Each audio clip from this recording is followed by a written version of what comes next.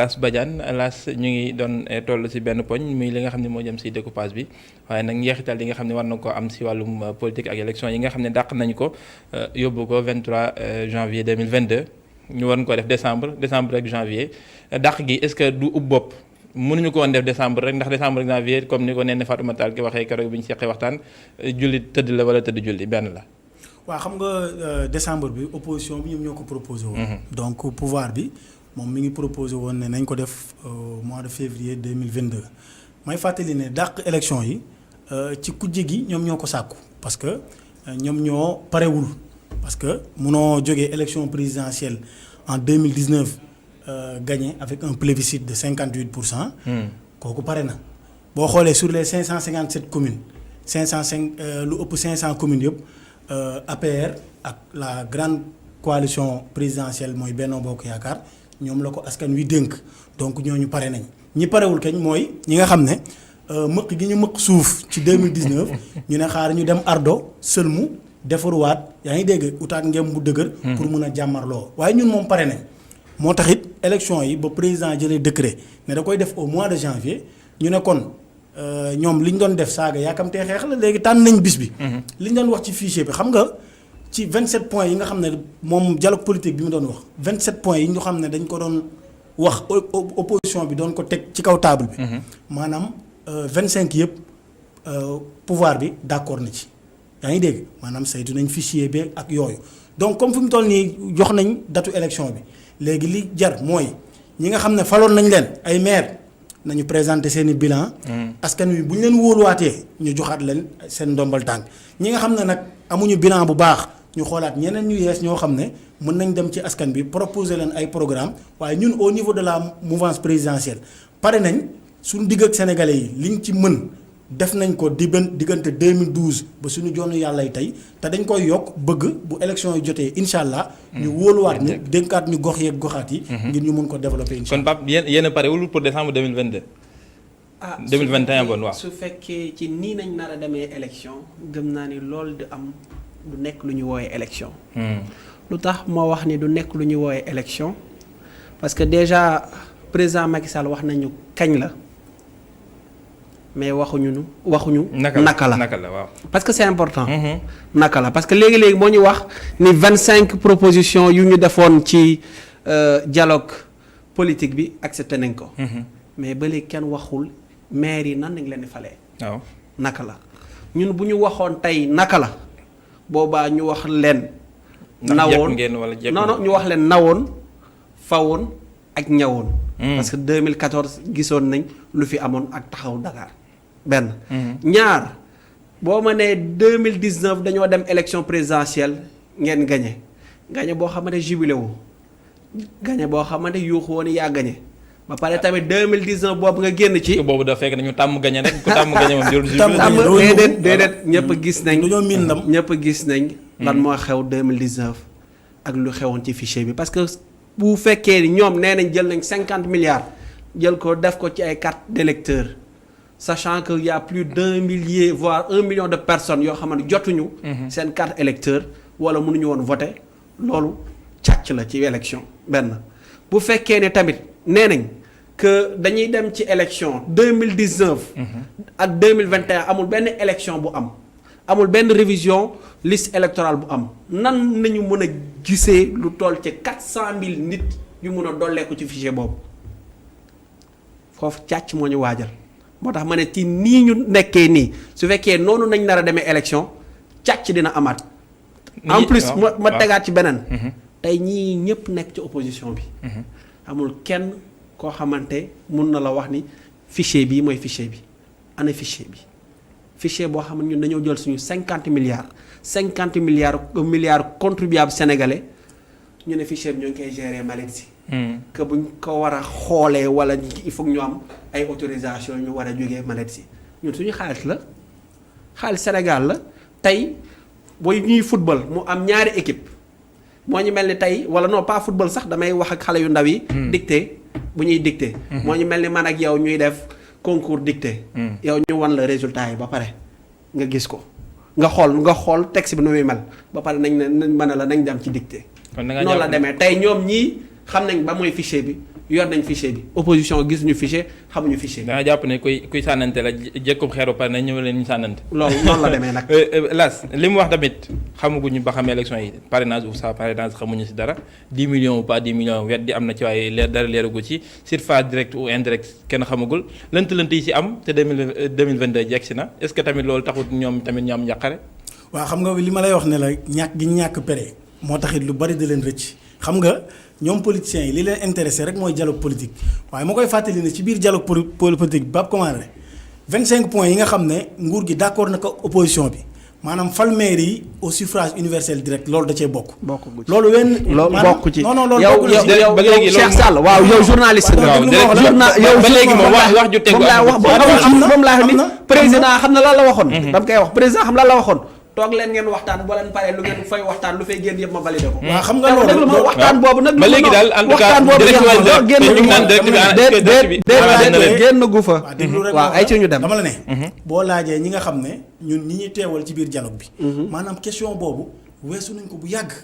maanaam dafa am lu ci ba xaaral ma daaneel dafa am loo xam ne da la rëcc xam nga waxtaan bi fan la bloqué mooy dañoo ne maanaam kii nga xam ne mooy tëdd liste xam nga yow sa leader Barthélémy Dias 2014 bañ koy fal maire nekkul woon tëdd liste maanaam dañ ko sànjaafu ci biir liste bi ba liste taxaw Dakar gagné.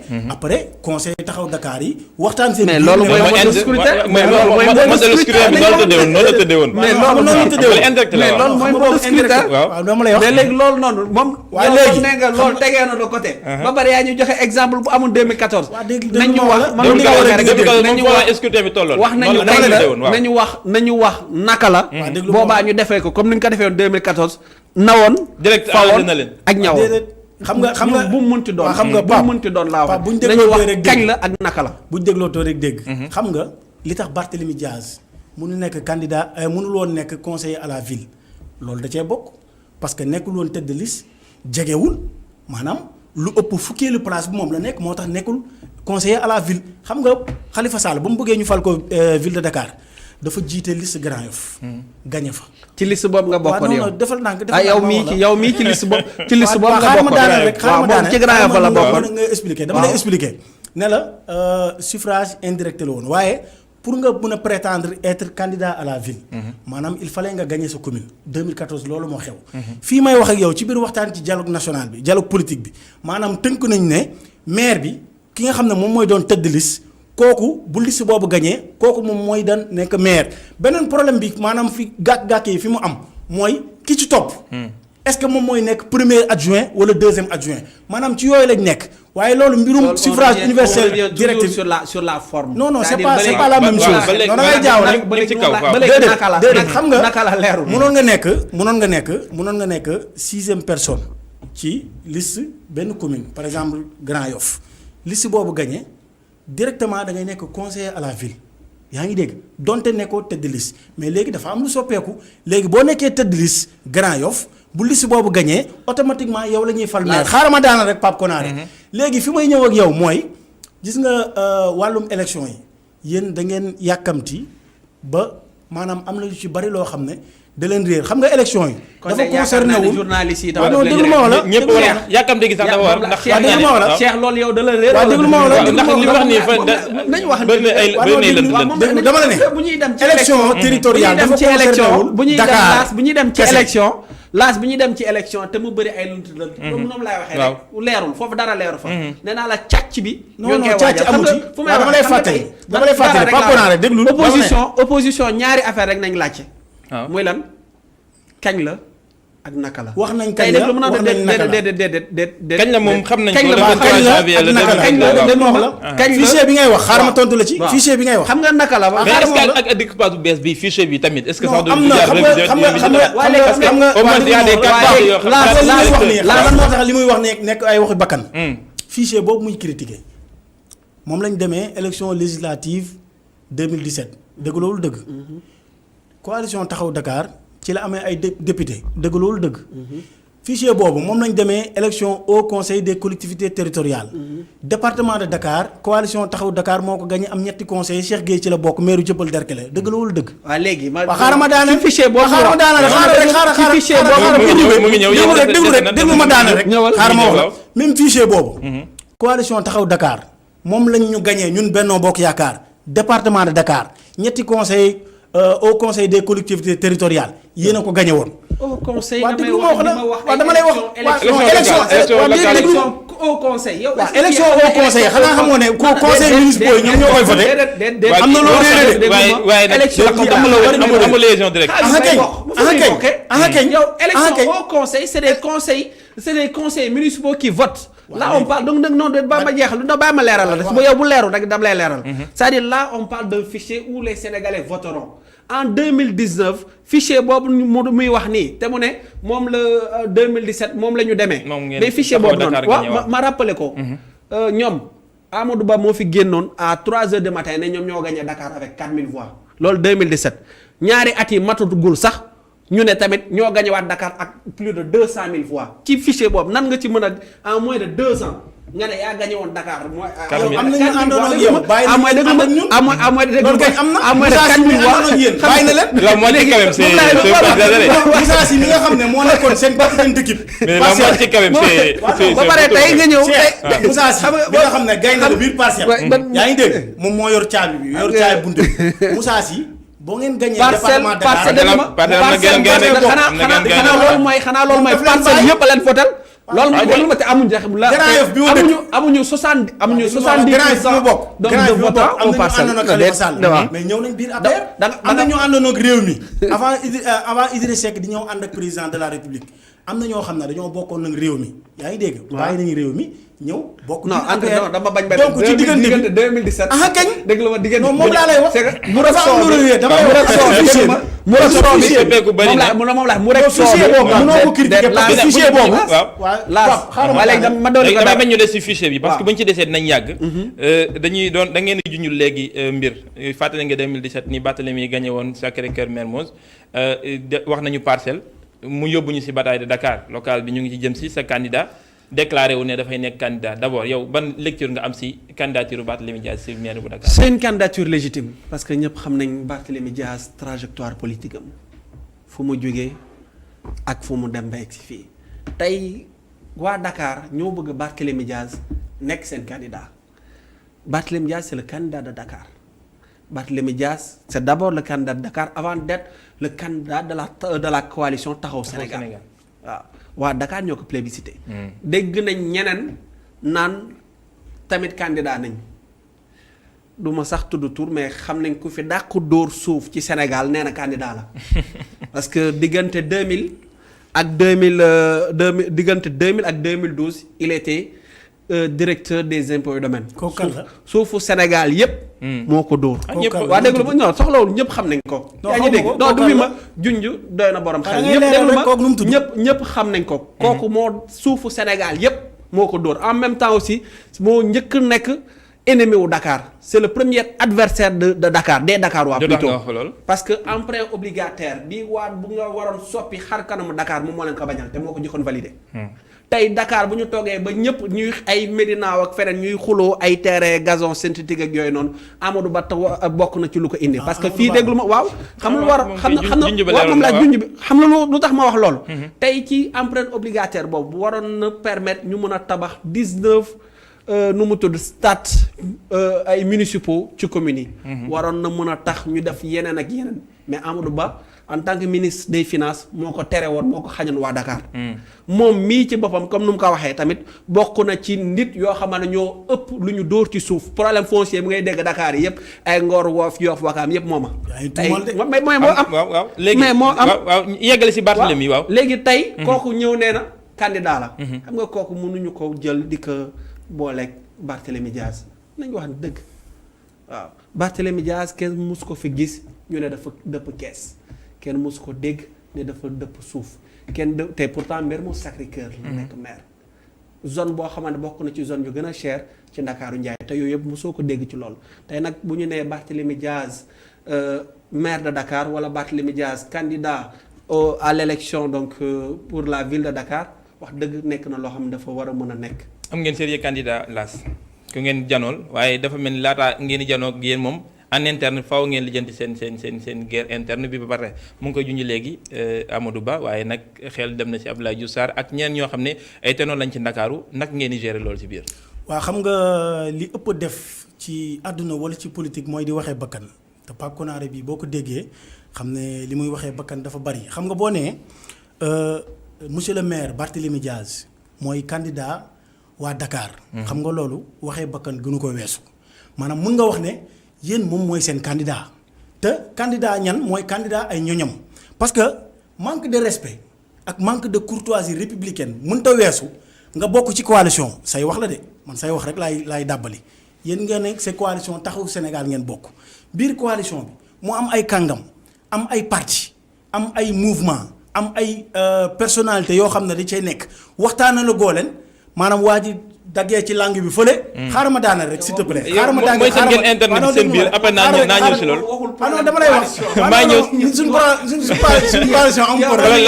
Lass man dinaa ñëw seen problème man dinaa ñëw seen problème coalition amul problème déglu rek. xam nga manque de courtoisie républicaine mënta weesu. maanaam waxtaanoo ak say ñoñ. parce que joxante cër dafa am solo ci àdduna ci diggante. xam nga Barthélémy Dias bu desoon ci moom xaaral ma daanal rek waaw non xaaral ma wax la. de toute façon ñoom ñoo ko wax ñoom ñoo ko wax am ngeen déglu ma ndax moom moo fekkee. waa léegi xaaral ma wax la. ba xam nuñu mujjee am ngeen droit. yow dinaa ñëw si loolu ak ñoom nuñu mujjee mais Lass waaw nekk candidat. am na droit légitime nekk candidat. c'est légitime may waaye dafa am préalable na fexe ba gox bi mu nekk mu gañewaat ko ñun par rapport ak adversaire biir Dakar il faut plus grand quand même. waaw non am na ci droit. waaw dama la ne. balaa ngaa dem ci làmb ji di bàkku nga dem ba yegg ci làmb ji dafa am solo xam nga man du ma nekk sax di wax candidature minuscule amuñu jot boobu ñun suñu programme xam nga ñun waa mouvance présidentielle bu fekkee ne majeur ngeen tamit seen majeur bi moom xam nga sànq da nga wax am ay toj-toj yu bëri yooyu da nga wax suñu coalition nga ne Amadou Ba nga ne le ministre Amadou Ba nga ne le ministre Abdoulaye Diouf Sarr moom mu wax fii moom mu wax fii Mame Mbaye aussi moom Pape moom mu wax fii indi ay tuuma ci ministre bi man du ma avocat ministre bi xamuma ko sama camarade de parti la waaye sequñu dara waaye loolu lu ëpp di def la parce que boo waxee ni nit def na nangam ci ay suuf te amoo ci dalil foo ko teg maanaam bu la wooyee ci yoon rek da ngay am jafe-jafe beneen bi mooy ñun coalition biir Dakar ñun benn adversaire lañ am Dakar Cheikh adversaire bi ñu am mooy melokaanu gu ñaaw gi Dakar am adversaire gi ñu am mooy ki nga xam ne waa Dakar dañu ko wóolu woon 2009 ñu wóoluwaat ko 2014 at bu jot ñu yëkkati juróom benn fukki milliards teg ko ci gafagam xaaral ma kay waaw Khalifa waaw ci 2014 boobu la yaa ngi woon ci liste bi yaa ngi woon ci liste 2014 man yëpp mën naa koo leeral dama la ne ñu wóolu nit jox ko ñaari mandat li mu diggee woon ak waa Dakar yëpp defu ko problème yi nga xam ne yaa ngi koy tudd léegi ci magistère am la am ba jafe-jafe yi mu am ko ci xam nga piscine olympique détournement yi fi amoon mi ngi fiy tege yaa ngi dégg sami municipal détournement yi fi amoon mi ngi fiy tege bul fàtte ne sami municipal bi sama biir commune la nekk biir Grand Yoff donc yooyu ay détails la donc Dakar bu amee retard Dakar bu amee ay jafe-jafe stade municipaux yi ngay wax stade Diagali Bakhoyokho biir Grand Yoff la nekk sama wetu kër Khalifa Sall li mu fa def mi ngi foofu tege donc du ma dugg. moom walla mu wëy na dañuy wax ci présent xam nga ñun Dakar adversaire bi ñu am mooy ñi nga xam ne ñoom la waa Dakar wóolu woon parce que tamit il faut le dire waa Dakar ñoo leen wóolu woon jox leen seen kaddu mais ñu saax-saaxee Dakar def ko nu la neex di tànn ay communes yi nga xam ne ñoom lañ àndal ñu dugal fa ay moyens. communes yi nga xam ne àndul ak ñoom duñ fa dugal ay moyens ñun. li ñu bëgg biir Dakar amuñu ay adversaire yoo xam ne dañoo nekk ci biir parti bi xam nga sànq da nga wax ne. waaw ñetti kuy yu nar a bokk mbalka dina jafe. non kan la. am nga Abdoulaye Diouf Sarr am nga ki nga xamante ni bii moo di ministre finance bi woon Amadou Ba. am nga Mame Mbaye. waaw ñoom ñëpp ay potentiel candidat lañ. xam nga yooyu loolu yéenay wax ni ñoom ay candidat lañ. waaye ñetti ñooñu amul kenn ci ñoom koo xam ne mus ngaa taxaw. nga ne ñoom candidat nga à la ville de Dakar parce que manque de respect la ci coalition bi ñu bokk man Lass Badiane bokk Dakar di doomu Dakar dëkk Grand Yoff am naa légitimité ne candidat la à la ville de Dakar yaa ngi dégg waaye waxuguma ko ñeneen ñi waxuguñ ko kon donc ay suspicion la rek ñun biir coalition lañ nekk te dañoo am ñoo xam ne dañoo ànd ak ñoom dañ leen a nawloo président de la république Macky Sall mooy suñu kilifa. mais biir coalition Benno Bokk Yaakaar dañuy waxtaan suñu biir ñun idée obsessionnelle d'être maire de Dakar ñii la dal ñii la tere nelaw ñun terewuñu nelaw xam nga ñun Cheikh fi may daanelee. ñun xam nga ban mébét lañ am xar-xaru Dakar kanamu Dakar ñu yeesal ko yaa ngi dégg. boo xoolee programme yi nga xam ne président teg na ko biir Dakar ak biir réew mi xam nga dafa am foo xam ne commission nationale de réforme foncière bi nga xam ne 6 décembre 2012. la ko président de la république créé. si même question bi la ñu tëj ko dissoudre ko en 2017 mu pare liggéeyam dafa bokk ci conclusion mooy redécoupage administratif yu gox yeeg goxaat yi xam nga dagg bi sànq da nga wax ne birum Sangalkam la. ak Diamniadio ak ay yeen ay Nduxura ay nangam ak nangam. mais day wóy ba ci réew mi parce que président de la république Pape faluñu ko pour waa Dakar dañ koo fal pour askanu Sénégal gi yëpp moo tax it réforme yi nga xam ne moom da koo diggee woon da koy def partout dans le pays. te réforme boobu yemul rek. ci wàllum décentralisation. dafa yem ci wàllum santé dafa yem ci wàllum économie dafa yem ci wàllum secteur informel mi nga xam ne li ëpp ci nit ñi.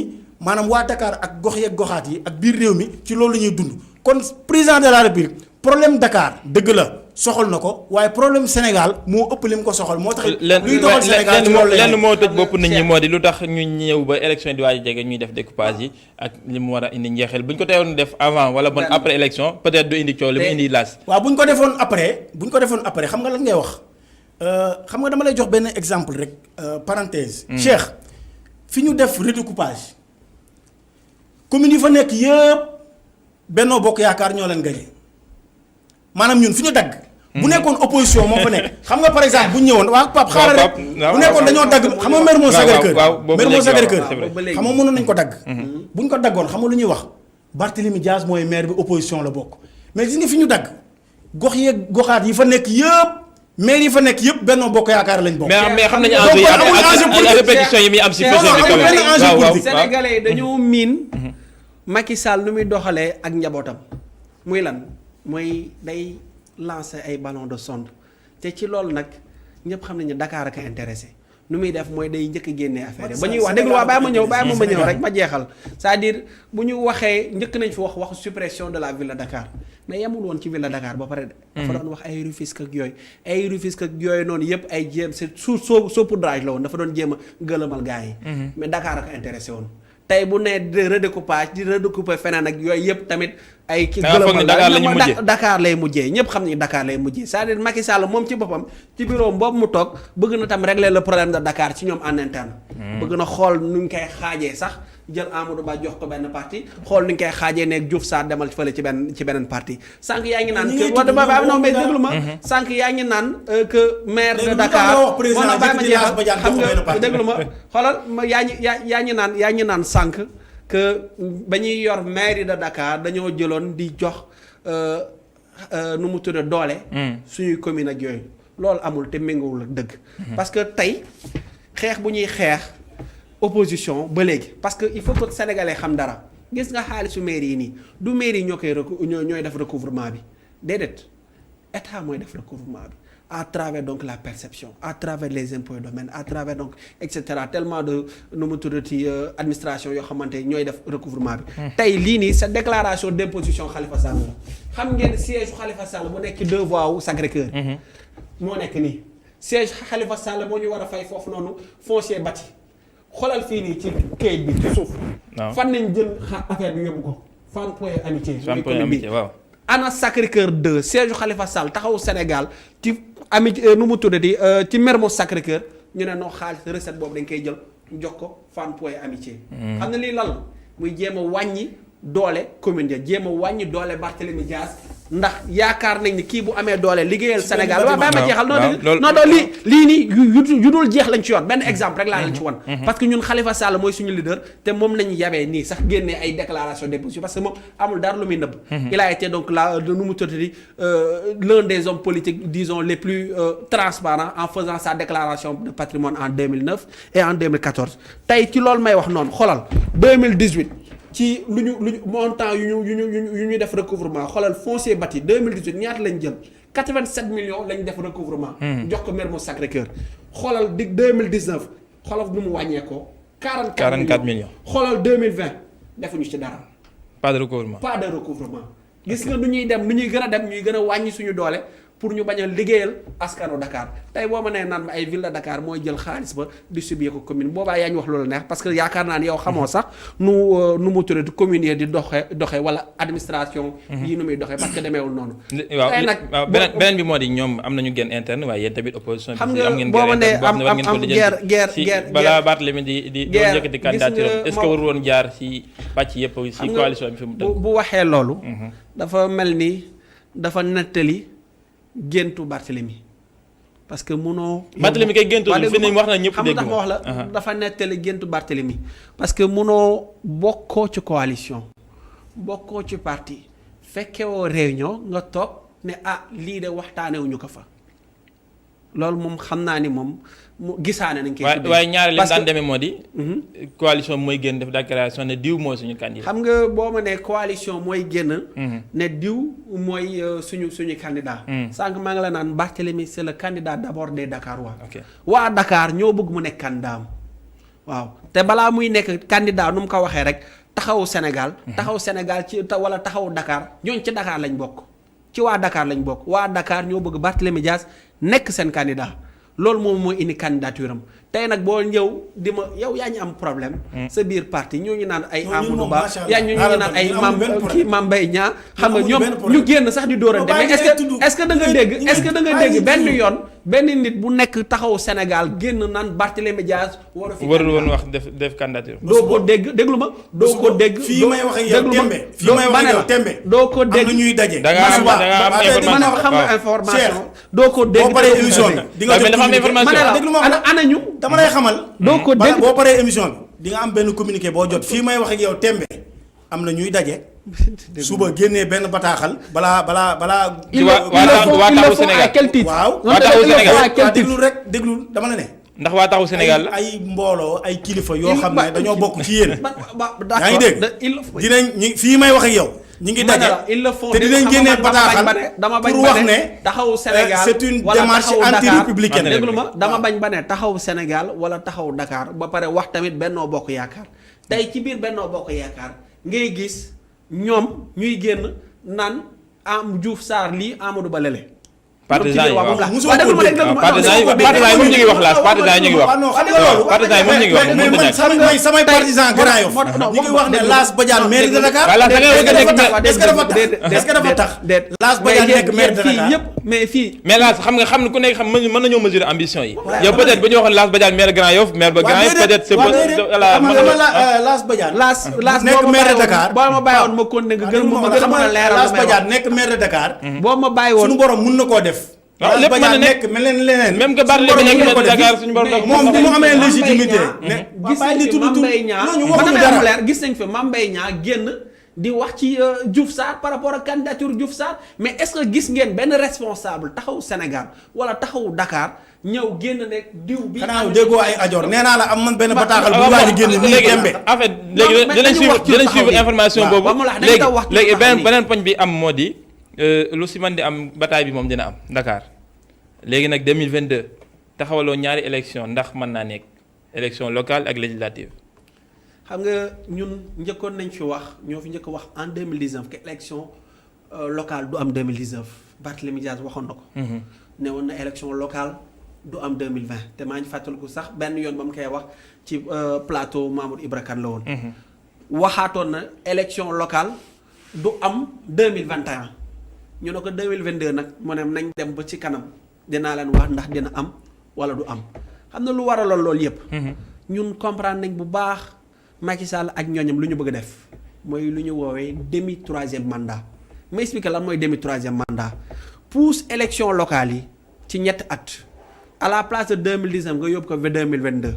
loolu mooy boo defee élection locale yi 2022 da nga ne xaalis amu fi. wala ñaari élection yi dañuy jegante. dañuy dàq législative ba 2024. bu ñu dàqee législative ba 2024 ñu war a def présidentielle nga ne ñooñu doog a jóge ci législative nañu dàq présidentielle ba 2027.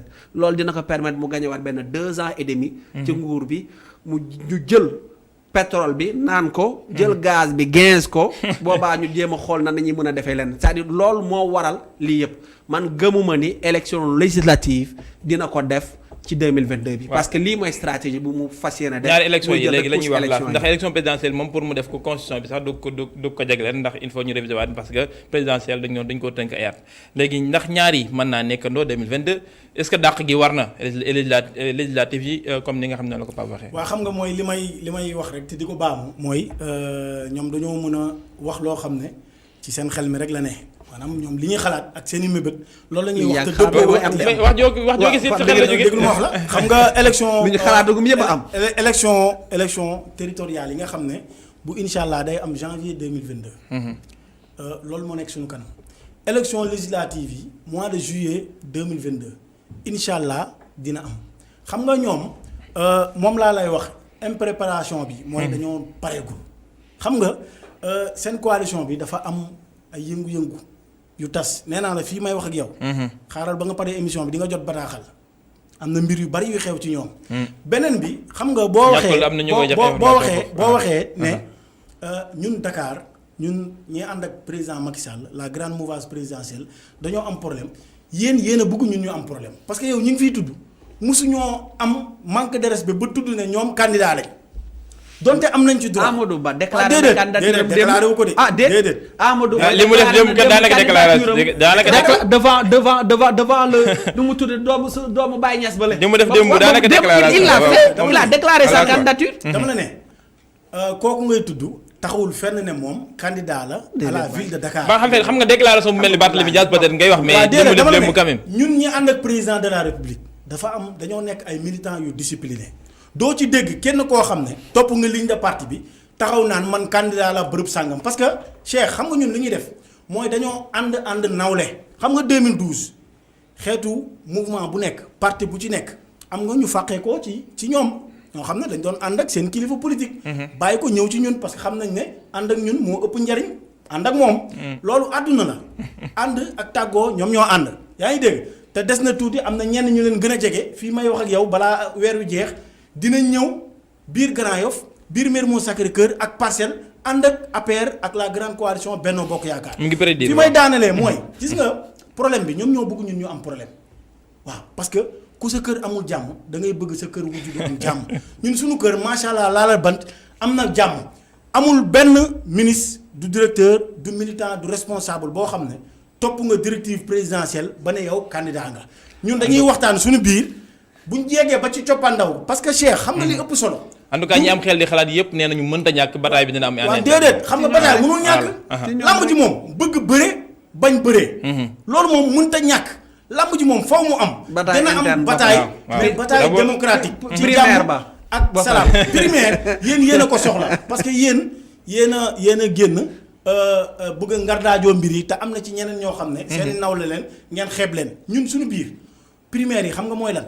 waxtaan parce que sànq dañuy waxtaan ci coulisses yi mu ne ma ne ko ñu ngi waxtaan ci discussion mu ne discussion day jeexi ci dispute. ma ne ko ñun nag waa Benno Bokk Yaakaar ñun ñi ànd ak président pour bañ dispute moo tax dañuy discussion moo tax ñun ñu ngi waxtaan ñu ngi waxtaan ak ñëpp. ñu ngi waxtaan ak base bi waxtaan wi tamit si ñi nga xam ne ñoom la ñuy. xam nga waxtaan wa sori na xam nga waxtaan woo xam ne kay day toll fa li sànni baat. kay bëgg a tënk bi tamit dina am jafe-jafe. xam nga xeeb Benno Bokk Yaakaar. weesuwul foofu laay daanelee. bëgg a tënk Benno Bokk Yaakaar candidat ville de Dakar ak APR ni mu bëree ay kàngam mouvement jëm kanam ni mu ko bëree ay kàngam. yeneen parti yi parti socialiste AFP ñeneen ak ñeneen RND PIT.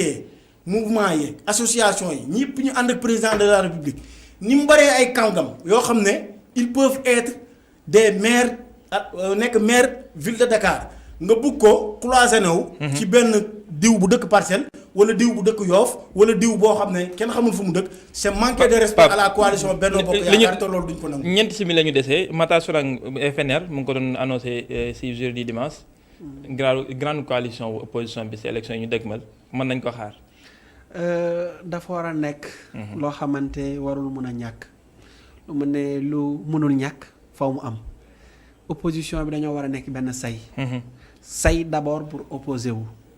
j'insiste bien sur le terme opposer wu parce que réew ñaari fànn moo koy mën a doxal ñenn ñi dañuy mën a nekk pouvoir comme Lass ñenn ñi mën a nekk opposition comme Pape Konaré. ñii bu ñu deful yoon ñel ne leen taxaw leen defoo leen yoon nii nañ ko war a defee il faut que opposition bi d'abord mën a opposé wu. il faut que opposition bi d'abord mën a intéressé wu ci problème mu Sénégal parce que man mii ci opposition bi laa bokk. te bu may wax tamit damay wax ak sama bopp. buy intéressé wu ci problème Sénégal mooy tey pêcheurs yi amatuñu jën immigration clandestine bi moo ñu rey ay nit pétrole bi saaxe nañ ko suuf yi ñoo ngi koy saaxe loolu yépp nekk na problème mu askan wi loo xam ne opposition dañ ci war a def say wax ci. balaa ñuy wax sax ci waxu fichier électoral balaa ñuy wax ci waxu leneen ak leneen bu ñu defee loolu ba pare ànd booloo nekk benn ngir doxal Sénégal ànd booloo nekk benn ngir ëllëgu Sénégal. ànd booloo nekk benn ngir askanu Sénégal.